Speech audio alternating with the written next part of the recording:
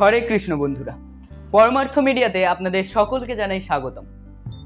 আজকে আমরা ইন্দিরা একাদশীর ব্রত মাহাত্ম্য সম্পর্কে আলোচনা করতে চলেছি। হিন্দু ধর্মে একাদশী তিথির বিশেষ ধর্মীয় ও আধ্যাত্মিক গুরুত্ব রয়েছে। সারা বছরে মোট 24টি একাদশী পালিত হয়। প্রতিটি একাদশী তিথিরই নিজস্ব মাহাত্ম্য রয়েছে। একটি মনস্কামনা পূরণের জন্য একটি একাদশী পালিত হয়।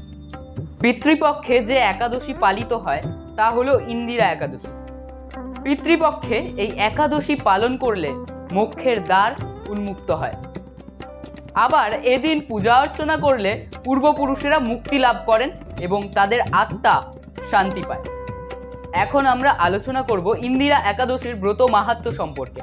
মহারাজ যুধিষ্ঠির শ্রীকৃষ্ণকে প্রশ্ন করলেন, হে জনার্দন, আশ্বিন মাসের কৃষ্ণপক্ষিয়া একাদশীর নাম কি? তদুত্তরে শ্রীকৃষ্ণ বললেন, হে ধর্মরাজ, এই একাদশীর নাম ইন্দিরা। ইহা পালনে পাপ রাশি বিনষ্ট হয়, নিরয়গামী পিতৃপুরুষগণের ঊর্ধ্বগতি লাভ হয়। সত্যযুগে বহিষ্যতী নামে এক নগরে শত্রু দমনকারী প্রভাবশালী ইন্দ্রসেন নামে এক রাজা ছিলেন।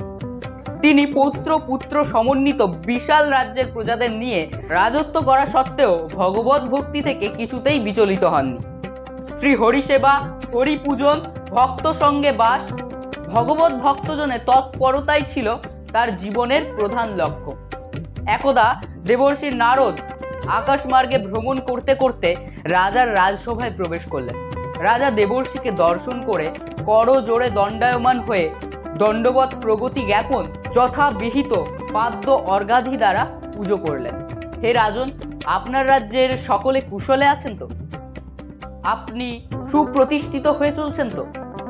বিষ্ণু ভক্তিতে তৎপর হয়ে চলছেন তো? রাজা বললেন, হে দেবর্ষি, আপনার অনুগ্রহে আমার সর্বত্রই কুশল। আপনার দর্শনে আমি সর্বত্রই কৃতার্থ।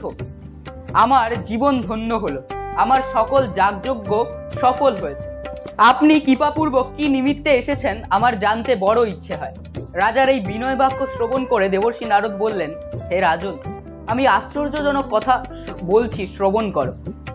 আমি ব্রহ্মলোক থেকে বিনা যন্ত্রে কৃষ্ণ গুণগান করতে করতে জমপুরীতে গিয়েছিলাম। যমরাজ আমাকে দেখে ভক্তিযুত ভাবে আমার পূজা বিধান করলেন। আমি জমপুরীটা ঘুরে ঘুরে দেখতে গেলাম তোমার পিতাকে। তিনি আমায় বললেন, হে দেবর্ষে, মহিষ্মতিপুরে ইন্দ্রসেন আমার পুত্র। পুত্রকে বলবেন, তোমার পিতা ব্রতভঙ্গ অপরাধের জন্য জমালয়ে কষ্ট পাচ্ছেন, সে যেন আমার ঊর্ধ্বগতির জন্য ইন্দিরা একাদশী পালন করে, তাহলে তার পুণ্য প্রভাবে আমার মঙ্গল হবে। তখন রাজা বললেন, হে মহর্ষে, কৃপাপূর্বক আপনি আমাকে এই ব্রত মহিমা বলুন। শ্রী নারদ বললেন, আশ্বিন মাসে কৃষ্ণপক্ষের দশমী দিন প্রাতঃকালে প্রাতঃস্নান করে শ্রদ্ধা সহকারে পিতৃপুরুষের শ্রাদ্ধ করতে হয়। দিবসে একবার মাত্র প্রসাদ সেবন, রাত্রিতে ভূমিতে শয়ন ও উপবাস করতে হয়। পরদিন একাদশী বাসরে প্রাতঃকাল ভগবান শ্রী হরির পূজা, সাধু সঙ্গে ভগবত গুণ ধ্যানাদি শ্রবণ কীর্তন আর সম্পূর্ণরূপে আত্মেন্দ্রিয় প্রীতিবাঞ্ছা পরিত্যাগ পূর্বক উপবাস করতে হয়। সন্ধ্যাকালে শ্রী হৃষিকেশের পূজান্তে তন্নাম শ্রবণ করে শ্রবণ কীর্তন স্মরণে মুখে রাত্রি জাগরণ করতে হয়। দ্বাদশী দিবসে শ্রীহরির পূজা, ভোগ এবং নৈবেদ্য সমর্পণ পূর্বক নৈষ্ঠিক ব্রাহ্মণ, সাধু, বৈষ্ণব সেবন অন্তে পালন করতে হয়। এইবার ব্রত করলে নিয়মগামী পিতাও শ্রী বিষ্ণু লোকে গমন করে। দেবর্ষি নারদের উপদেশে মহিষ্মতিপুরের রাজা ইন্দ্রসেন এই ইন্দিরা একাদশী পালন করায় তার পিতার বিষ্ণুলোক প্রাপ্তি ঘটেছে। রাজর্ষি ইন্দ্রসেন নিষ্কণ্টক রাজত্ব করে অন্তঃকালে পুত্র হস্তে রাজ্য সমর্পণ পূর্বক স্বয়ং ভগবত ধাম প্রাপ্ত হয়েছিল।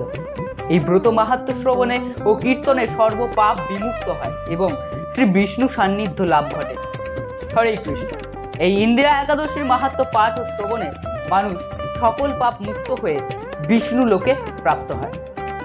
তো বন্ধুরা, এই ছিল আজকে আমাদের আলোচনা। এই ভিডিও যদি আপনাদের ভালো লেগে থাকে তবে অবশ্যই ভিডিওটিতে লাইক, কমেন্ট এবং শেয়ার করতে ভুলবেন না। আর যদি এই চ্যানেলে নতুন হয়ে থাকেন তবে এরকম আরো নতুন কন্টেন্ট পাওয়ার জন্য অবশ্যই চ্যানেলটিকে সাবস্ক্রাইব করবেন। দেখা হচ্ছে পরবর্তী ভিডিওতে। ততক্ষণ পর্যন্ত ভালো থাকবেন, সুস্থ থাকবেন। রাধে রাধে।